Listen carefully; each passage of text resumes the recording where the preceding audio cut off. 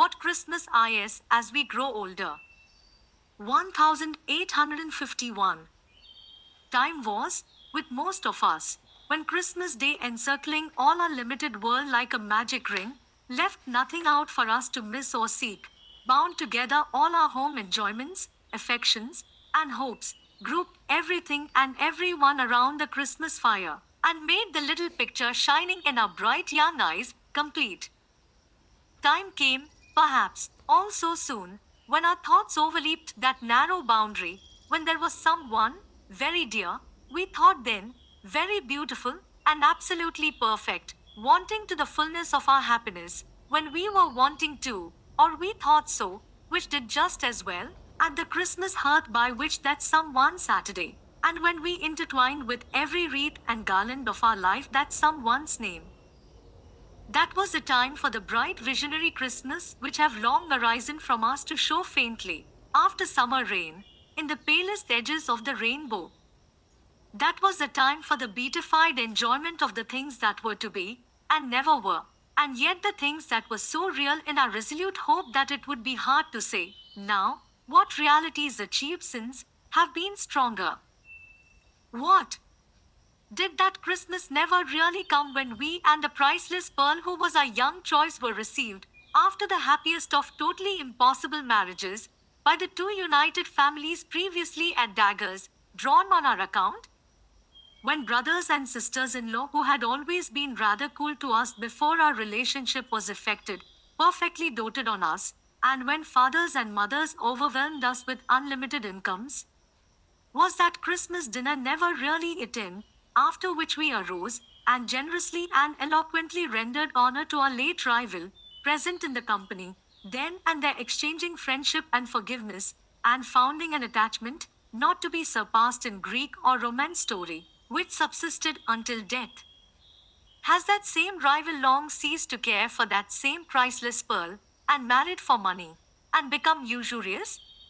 Above all, do we really know, now, that we should probably have been miserable if we had won and worn the pearl? And that we are better without her? That Christmas when we had recently achieved so much fame, when we had been carried in triumph somewhere, for doing something great and good, when we had won an honored and ennobled name, and arrived and were received at home in a shower of tears of joy, is it possible that that Christmas has not come yet? And is our life here, at the best, so constituted that, pausing as we advance at such a noticeable milestone in the track as this great birthday, we look back on the things that never were, as naturally and full as gravely as on the things that have been and are gone, or have been and still are? If it be so, and so it seems to be, must we come to the conclusion that life is little better than a dream, and little worth the loves and strivings that we crowd into it? No! Far be such miscalled philosophy from us, dear reader, on Christmas Day. Nearer and closer to our hearts be the Christmas spirit, which is the spirit of active usefulness, perseverance, cheerful discharge of duty, kindness and forbearance. It is in the last virtues especially, that we are, or should be, strengthened by the unaccomplished visions of our youth, for, who shall say that they are not our teachers to deal gently even with the impalpable nothings of the earth? Therefore, as we grow older, let us be more thankful that the circle of our Christmas associations and of the lessons that they bring expands. Let us welcome every one of them, and summon them to take their places by the Christmas hearth. Welcome, old aspirations, glittering creatures of an ardent fancy, to your shelter underneath the holly. We know you, and have not outlived you yet. Welcome, old projects and old loves, however fleeting, to your nooks among the steadier lights that burn around us. Welcome, all that was ever real to our hearts, and for the earnestness that made you real, thanks to heaven. Do we build no Christmas castles in the clouds now? Let our thoughts, fluttering like butterflies among these flowers of children, bear witness. Before this boy, there stretches out a future, brighter than we ever looked on in our old romantic time, but bright with honor and with truth. Around this little head on which the sunny curls lie heaped, the graces sport, as prettily, as airily, as when there was no sight within the reach of time to shear away the curls of our first love. Upon another girl's face near it, placidder but smiling bright, a quiet and contented little face, we see home fairly written, shining from the word, as rays shine from a star. We see how, when our graves are rolled, other hopes than ours are young, other hearts than ours are moved, how other ways are smoothed, how other happiness blooms, ripens, and decays, no, not decays, for other homes and other bands of children, not yet in being nor for ages yet to be, arise, and bloom and ripen to the end of all. Welcome, everything. Welcome, alike what has been, and what never was, and what we hope may be, to your shelter underneath the holly, to your places round the Christmas fire, where water sits open-hearted. In yonder shadow, do we see obtruding furtively upon the blaze, an enemy's face? By Christmas Day we do forgive him. If the injury he has done us may admit of such companionship, let him come here and take his place. If otherwise, unhappily, let him go hence, assured that we will never injure nor accuse him. On this day we shut out nothing. Pause, says a low voice. Nothing? Think.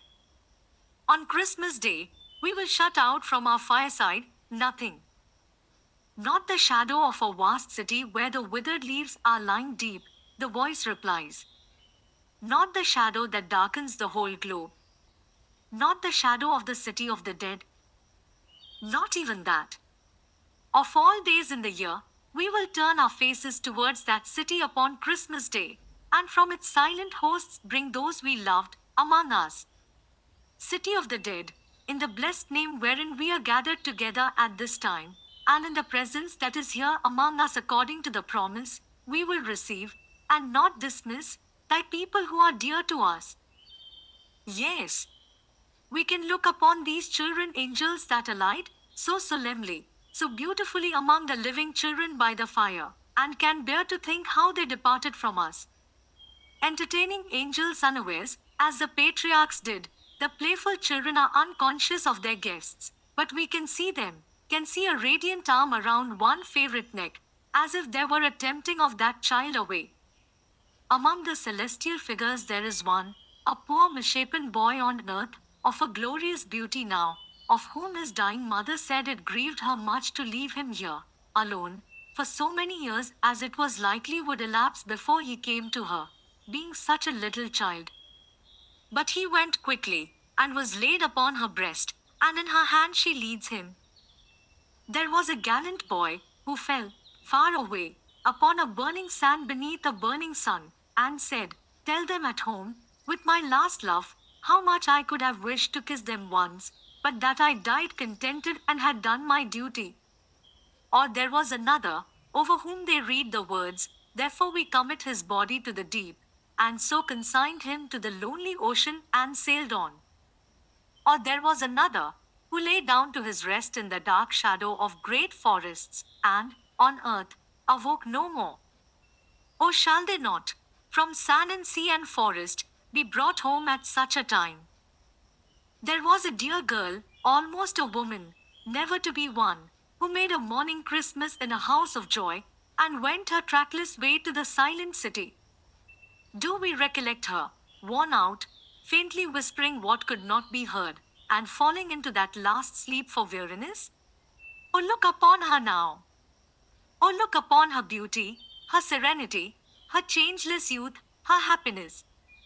The daughter of Jairus was recalled to life, to die, but she, more blessed, has heard the same voice, saying unto her, Arise forever. We had a friend who was a friend from early days, with whom we often pictured the changes that were to come upon our lives, and merrily imagined how we would speak, and walk, and think, and talk, when we came to be old. His destined habitation in the city of the dead received him in his prime. Shall he be shut out from our Christmas remembrance? Would his love have so excluded us? Lost friend, lost child, lost parent, sister, brother, husband, wife, We will not so discard you. You shall hold your cherished places in our Christmas hearts, and by our Christmas fires, and in the season of immortal hope, and on the birthday of immortal mercy, we will shut out nothing. The winter sun goes down over town and village, on the sea it makes a rosy path, as if the sacred tread were fresh upon the water. A few more moments, and it sinks, and night comes on, and lights begin to sparkle in the prospect. On the hillside beyond the shapelessly diffused town, and in the quiet keeping of the trees that gird the village steeple, remembrances are cut in stone, planted in common flowers, growing in grass, entwined with lowly brambles around many a mound of earth. In town and village, there are doors and windows closed against the weather, there are flaming logs heaped high, there are joyful faces, there is healthy music of voices.